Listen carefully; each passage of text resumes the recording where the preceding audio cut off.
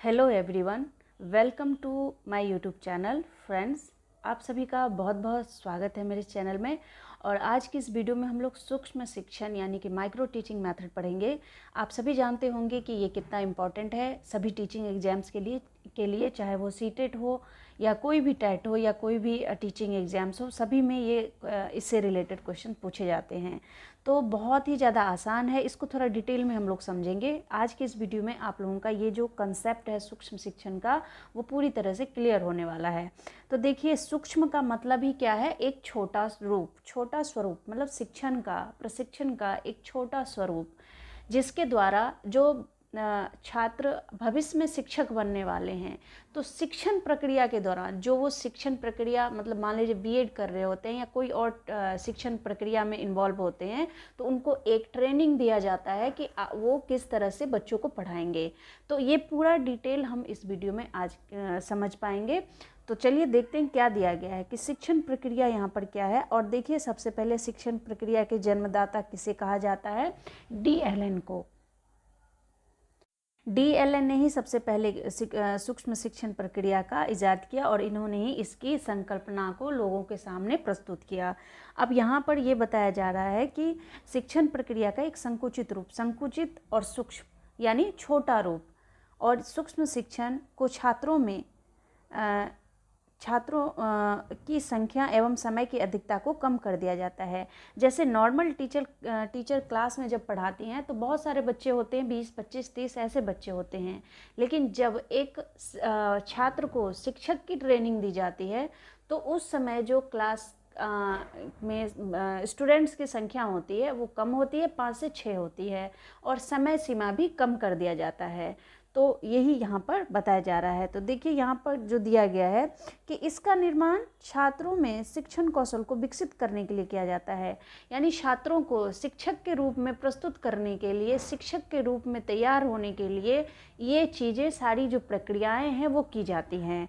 जब छात्राध्यापक, देखिए छात्राध्यापक यानी जो छात्र अभी अध्यापक बनने के लिए जो है तैयार होने वाले हैं, उनको कहा जाता है छात्राध्यापक, यानी भविष्य में टीचर बनने वाले छात्र को क्या कहा जाता है?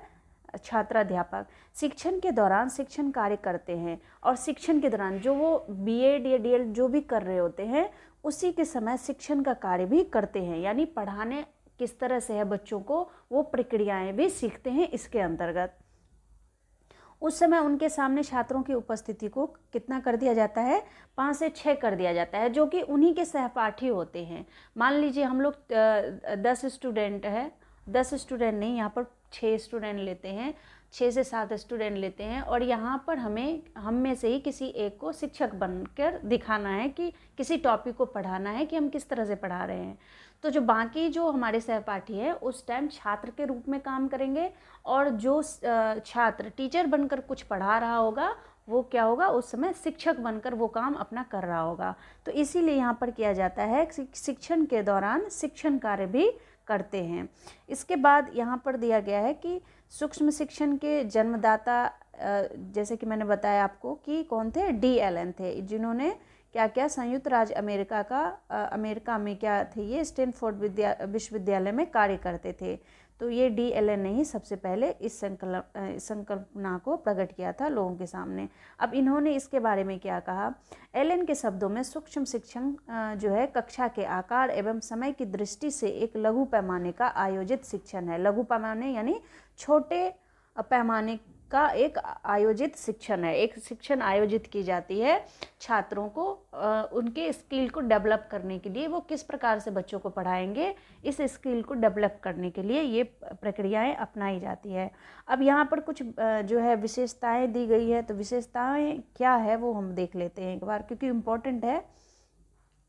कहा जा रहा है यह केवल शिक्षक को प्रशिक्षण देने की विधि है। अब क्या दिया गया है कि यह केवल क्या है? शिक्षक को प्रशिक्षण देने की विधि है। तो शिक्षक को ही प्रशिक्षण दिया जाता है यहाँ पर, और किसी को प्रशिक्षण नहीं दिया जाता है, किसी और व्यवसाय के लोगों को प्रशिक्षण नहीं दिया जाता है। इसमें सामान्य शिक्षण के समय उभरने वाली जटिलताओं को दूर करके शिक्षण को सुगम और प्रभावशाली बनाने का प्रशिक्षण दिया जाता है। यानी कि जब कोई शिक्षक विद्यार्थियों को पढ़ा रहा होता है तो उस समय कई सारी जटिलताएं यानी मुश्किलें या कुछ परेशानियां आती है, जिसको दूर करने का तरीका बताया जाता है और शिक्षण को किस प्रकार से यानी कि प्रभावशाली बनाया जाता है उसको उस पर जोर दिया जाता है और इस तरह से शिक्षक को तैयार किया जाता है। इसके बाद इसमें एक समय में एक विषय की केवल एक इकाई को ही पढ़ाया जाएगा। मान लीजिए हिंदी पढ़ा रहे हैं तो आप ग्रामर, अगर हिंदी ग्रामर पढ़ा रहे हैं तो आप संज्ञा के बारे में ही पढ़ाएंगे, यानी एक विषय के एक ही यूनिट की पढ़ाई कराएंगे आप, उसमें और ज़्यादा नहीं, क्योंकि बहुत छोटा सा बहुत कम समय होता है और बहुत छोटा ही पार्ट यहाँ पर तैयार किया जाता है, एक डेमो के रूप में तैयार किया जाता है, तो बहुत छोटा ही होता है, हर चीज़ पार्ट भी छोटा होता है और समय भी कम दिया जाता है। इस कक्ष में छात्रों की संख्या 5 से 7 तक ही सीमित होती है।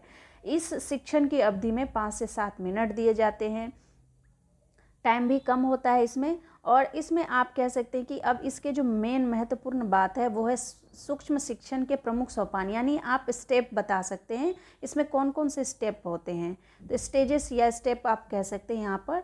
तो देखिए, सबसे पहले जो इसमें प्रक्रियाएं शुरू होती है वो होती है सैद्धांतिक ज्ञान प्रदान करना, यानी जो शिक्षक बनने वाले हैं भविष्य में उसको सूक्ष्म शिक्षण की सैद्धांतिक जानकारी देना, जैसे सूक्ष्म शिक्षण का अर्थ क्या है, उसका महत्व क्या है, उसका उपयोग क्या है, या फिर उसकी विधि क्या है, या उनको बताया जाता है कि यह आपको किस लिए कराया जा रहा है, इस तरह से। इसके बाद नेक्स्ट है कि सूक्ष्म शिक्षण जो है, इसके बाद यहाँ पर बताया जाता है शिक्षण कौशलों का परिचय देना। अब उन्होंने उसको जो भी शिक्षण कौशल आता है, जिसके लिए वो तैयार हुआ है, जो पढ़ाना चाह रहा है, वो शिक्षण कौशल को क्या करता है, वो परिचय देता है। जिस भी चीज़ को वो पढ़ाना चाह रहा है उसको प्रस्तुत करता है लोगों के सामने, मतलब अपने सहपाठियों के सामने। विभिन्न शिक्षण कौशलों का परिचय दिया जाना, जैसे शिक्षा देने में शिक्षण कौशलों, प्रश्न कौशल, उदाहरण कौशल आदि का उपयोग एवं उनका महत्व यहाँ पर उनको बताया जाता है। इसके बाद विशेष शिक्षण कौशल का चुनाव करना, भावी शिक्षक यानी जो भविष्य में शिक्षक बनने वाले हैं उसका अभ्यास कराने के लिए उसे किसी एक कौशल को चुनने के लिए कहा जाता है। देखिए, यहाँ पर जो शिक्षक बनने वाले हैं उसको ये सारी चीज़ें बताई जा रही है, और जब ये शिक्षक पाठ तैयार करेगा, शिक्षक पढ़ाएगा, उसकी प्रक्रिया अलग होगी। अभी इसको बताया जा रहा है कि आप किस तरह से शिक्षण कौशल का चुनाव करेंगे, उसको किस तरह से प्रस्तुत करेंगे, यह चीज़ें बताई जा रही है। भावी शिक्षक को उसके विषय में विस्तार से बताया जाता है कि आप कौन सा विषय किस तरह से पढ़ाएंगे, समय निर्धारित किया जाता है। उसके बाद आदर्श पाठ प्रदर्शन एवं प्रस्तुतिकरण, भावी शिक्षकों को आदर्श पाठ प्रदर्शन की योजना की जानकारी देना, जैसे वीडियो टेप पर, प्रोजेक्टर द्वारा या फिर प्रशिक्षक द्वारा पाठ को पढ़कर सुनाना। अब इस तरह से उनको सुनाया जाता है कि किस तरह से मतलब भावी शिक्षक अपने पाठ का प्रदर्शन कर सकता है। इसके बाद नेक्स्ट है वो दिया गया है कि आदर्श पाठ निरीक्षण एवं उसकी समालोचना, छात्र आदर्श पाठ को जिस रूप में देखते, सुनते या पढ़ते हैं वे उसका विश्लेषण करते हैं। उनकी समालोचना के द्वारा आदर्श पाठ को प्रस्तुत करने वाले प्रशिक्षक की भी प्रतिपुष्टि प्राप्त हो जाती है। अब यहाँ पर छात्रों को जो भी पढ़ाया जाएगा, जो भी सिखाया जाएगा, छात्र उसी रूप में उसका फीडबैक देंगे, मतलब क्या कमी है उसमें, क्या चीज़ें अच्छी बताई गई है, पढ़ाने का तरीका कैसा था, ये फीडबैक छात्रों के द्वारा दिया जाता है। प्रशिक्षक को जो उसको वो चीज़ सुनाता है पढ़ के या अपना कौशल प्रदर्शन दिखाता है, उसको फीडबैक मिलता है इसमें कि क्या आपने सही तरीके से पाठ को प्रस्तुत किया या नहीं। समालोचना मतलब अच्छी बातें भी, उसमें गुण अवगुण सारी चीज़ें बताई जाएगी। इसके बाद नेक्स्ट है कि सूक्ष्म पाठ योजना तैयार करना। अब भावी शिक्षक पहले अपनी रुचि के अनुसार क्या करता है, अब ये सारी चीज़ें हो गई। अब क्या होगा कि भावी शिक्षक जो है वो अपनी रुचि के अनुसार क्या करेगा, उचित विषय का चुनाव करता है और उस पर एक आदर्श पाठ की योजना बनाता है। अब उसने एक क्या कर लिया, एक सब्जेक्ट चुन लिया और उस पर एक पाठ योजना वो तैयार करता है और अपने शिक्षक अथवा प्रशिक्षक की सहायता भी ले सकता है। इसके अंतर्गत अगर उसे किसी भी तरह की परेशानी होती है किसी चीज़ को समझने में या किसी चीज़ को तैयार करने में, तो वो अपने शिक्षक या प्रशिक्षक जो भी हैं उनकी सहायता भी ले सकता है। इसके बाद उचित परिस्थितियों का निर्माण किया जाता है, मतलब माहौल उसी तरह से तैयार किया जाएगा कि जो उनके सहपाठी हैं वो छात्र हैं और वो एक शिक्षक के रूप में पढ़ा रहे हैं, इस तरह से वहाँ पर माहौल तैयार किया जाता है। तो शिक्षण कौशल का अभ्यास कराने के लिए आवश्यक सुविधाएं जुटाने हेतु परिस्थितियों या वातावरण के निर्माण करने के लिए यहाँ पर निर्माण उसी तरह से वातावरण का निर्माण किया जाता है। अब देखिए यहाँ पर कुछ आदर्श जो परिस्थितियाँ हैं वो NCERT द्वारा दर्शाया गया है। तो यहाँ पर देखते हैं कि क्या है, यहाँ पर पूरा ये हम पढ़ेंगे कि यहाँ पर दिया गया है कि छात्रों की संख्या कितनी होनी चाहिए, 5 से 10 होनी चाहिए, ये NCERT द्वारा निर्धारित किया गया है। उसके बाद पाठ योजना तैयार किया जाएगा छात्राध्यापक के द्वारा, फिर शिक्षण की प्रक्रिया शुरू होगी, यानी वो पढ़ाएगा क्लास में, फिर उसको बच्चों के द्वारा यानी उनके सहपाठी जो भी हैं उनके द्वारा प्रतिपुष्टि मिलेगी, यानी फीडबैक मिलेगा कि वो किस तरह से पढ़ाया। फिर उसकी कमियों को दूर करने के लिए वो क्या करेगा, पुनः पाठ योजना यानी पाठ योजना फिर से तैयार करेगा। क्यों? क्योंकि जो पहले पाठ योजना उसने तैयार किया उसमें कुछ ना कुछ कमी रह गई होगी। इस तरह से जब उसे फीडबैक मिलता है तो उसमें उसके सारी अच्छाई, कहाँ वो गलती कर रहा है, कहाँ कौन सी चीज़ें अच्छी थी, तो ये सब सारी चीज़ें बताई जाती है। तो जहाँ कमी रह गई है उसको फिर से सही करने के लिए वो फिर से पाठ योजना शुरू करता है, तैयार करता है, फिर दोबारा से पढ़ाता है, फिर उसको दोबारा से फीडबैक भी मिलता है और ये प्रक्रिया चलती रहती है जब तक कि वह पूरी तरह से संतुष्ट ना हो जाए। तो इस प्रक्रिया में जो टोटल समय दिया जाता है वो 36 मिनट का दिया जाता है और ये सारे ही समय जो है यहाँ पर कितने कितने मिनट में क्या चीज़ करना है ये सारी चीज़ें यहाँ पर बताई जाती है। तो सबसे पहले ये हम पढ़ लेते हैं कि क्या कि पढ़ाने वाला जो भावी शिक्षकों में से एक सहपाठी होता है, ये हमने पहले ही पढ़ लिया कि हमारे ही साथियों में से एक जो है वो शिक्षक बनता है। फिर पर्यवेक्षक यानी प्राध्यापक व अन्य भावी शिक्षक जो है इसके अंतर्गत होते हैं। सूक्ष्म पाठ की समय सीमा लगभग 6 मिनट की होती है। अब जो वो पाठ पढ़ा रहा है उसकी समय सीमा कितनी दी जाती है, 6 मिनट की दी जाती है और सूक्ष्म चक्र जो है वो पूरे 36 मिनट का होता है। अब यहाँ डिटेल में समझते हैं कि 36 मिनट में किस चीज़ के लिए कितने मिनट का समय दिया जाता है। तो देखिए, जब शिक्षण सत्र शुरू हो जाता है, जब छात्र पढ़ाना शुरू करता है तो उसे 6 मिनट का समय दिया जाता है। उसको अपने पाठ को 6 मिनट में पूरा कंप्लीट करना होता है, पढ़ाना होता है। उसके बाद उसको 6 मिनट का बाकी सभी जो उसके साथी होते हैं, जो वहाँ पे प्रशिक्षक प्राध्यापक होते हैं, सभी को वहाँ पर 6 मिनट का समय दिया जाता है कि इसने किस तरह से पढ़ाया है उसके लिए फीडबैक देने के लिए। उसके बाद जब उसमें कोई कमी रह जाती है तो फिर से जो वो पाठ योजना शुरू करेगा उसके लिए उसे 12 मिनट का समय दिया जाता है कि आप 12 मिनट में फिर से आप कोई पाठ योजना तैयार कीजिए। फिर उसको पुनः शिक्षण यानी दोबारा से जब वो पढ़ाता है तो फिर से उसे 6 मिनट मिलता है और उसके बाद फिर प्रतिपुष्टि के लिए दोबारा से 6 मिनट छात्रों को दिया जाता है कि फीडबैक देने के लिए। तो इस तरह से ये शिक्षण चक्र चलता रहता है। मुझे उम्मीद है कि आप लोगों को समझ आ गया होगा। इसके बाद जो 8वां पॉइंट है, शिक्षण सत्र जो है वो भावी शिक्षक अपने तैयार किए हुए आदर्श पाठ करने को 5 से 10 विद्यार्थियों या सहपाठियों को 6 मिनट तक पढ़ाता है। तो ये हमने पढ़ा था ऊपर ही कि 6 मिनट तक वो शिक्षण प्रक्रिया शिक्षण प्रक्रिया शुरू करता है। फिर प्रतिपुष्टि प्राप्त कर लेता है। जब वो 6 मिनट पढ़ा लेता है तो प्रतिपुष्टि प्राप्त करता है।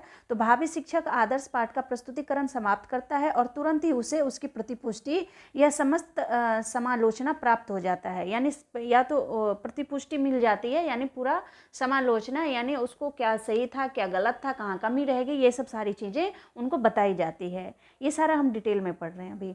अब उसके बाद जो पुनः पाठ योजना शुरू करता है फीडबैक मिलने के बाद, तो प्रतिपुष्टि में पाई गई कमियों को सुधारने के लिए भावी शिक्षक एक बार फिर से क्या करता है, आदर्श पाठ का निर्माण करता है और इसके लिए उसे 12 मिनट की अवधि मिलती है। उसके बाद फिर वो क्या करता है, जब वो पाठ तैयार कर लेता है तो पुनः शिक्षण करता है। तो भावी शिक्षक आदर्श पाठ का पुनर्निर्माण कर लेता है तो उसे उस पाठ को पुनः प्रस्तुत करने के लिए कहा जाता है और इस बार उसे फिर से 6 मिनट का समय मिलता है।